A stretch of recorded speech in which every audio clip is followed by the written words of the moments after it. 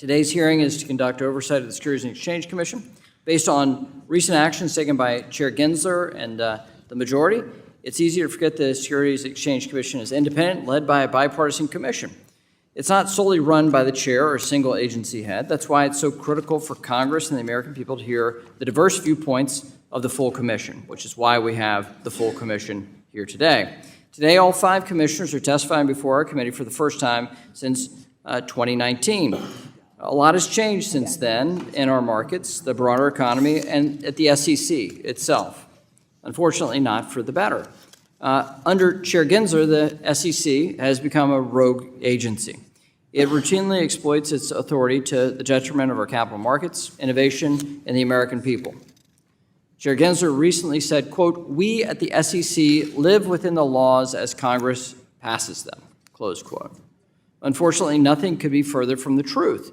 Don't take my word for it. A wide array of federal judges appointed by presidents from both parties have noted that the lawless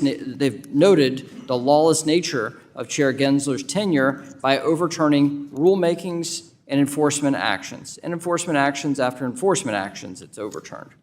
This includes the proxy advisory rule, the private fund disclosure rule, the stock buyback rule, the debt box rule, grayscale, Ripple, enforcement issues, the list goes on and on. It's not just for the courts to opine here.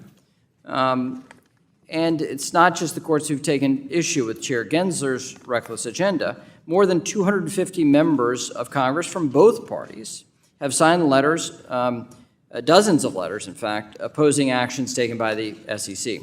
Chair Gensler has proposed a slew of major interconnected rules that exceed the SEC's statutory authority, often with inadequate justification, economic analysis, and public engagement. But what stands out in this massive rulemaking agenda is the fact that Chair Gensler's failed to propose a single rule focused exclusively on facilitating capital formation, a key pillar of the Commission's statutory mission.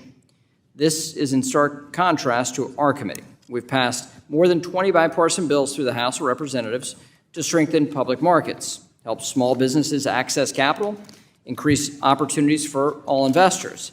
Let me repeat, bipartisan bills. It appears only at Chair Gensler's SEC that capital formation becomes a partisan priority. And that's not the only area the SEC has ignored the bipartisan consensus of the American people's elected representatives. In May, the House passed FIT 21 to create clear rules of the road and provide robust consumer protections in the digital asset ecosystem. More than 2/3 of the House, including 71 Democrats, rejected Chair Gensler's approach to digital assets by supporting clarity and consumer protection with the passage of FIT 21.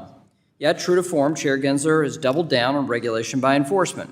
Without the regulatory clarity and consumer protections in FIT 21, the United States will continue to fall behind Europe in technological innovation and adoption.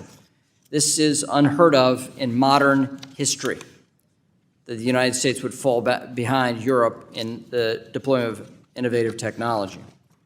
Bipartisan opposition in Congress, continued rejection by the courts, and notably the end of Chevron deference should serve as a warning to Chair Gensler.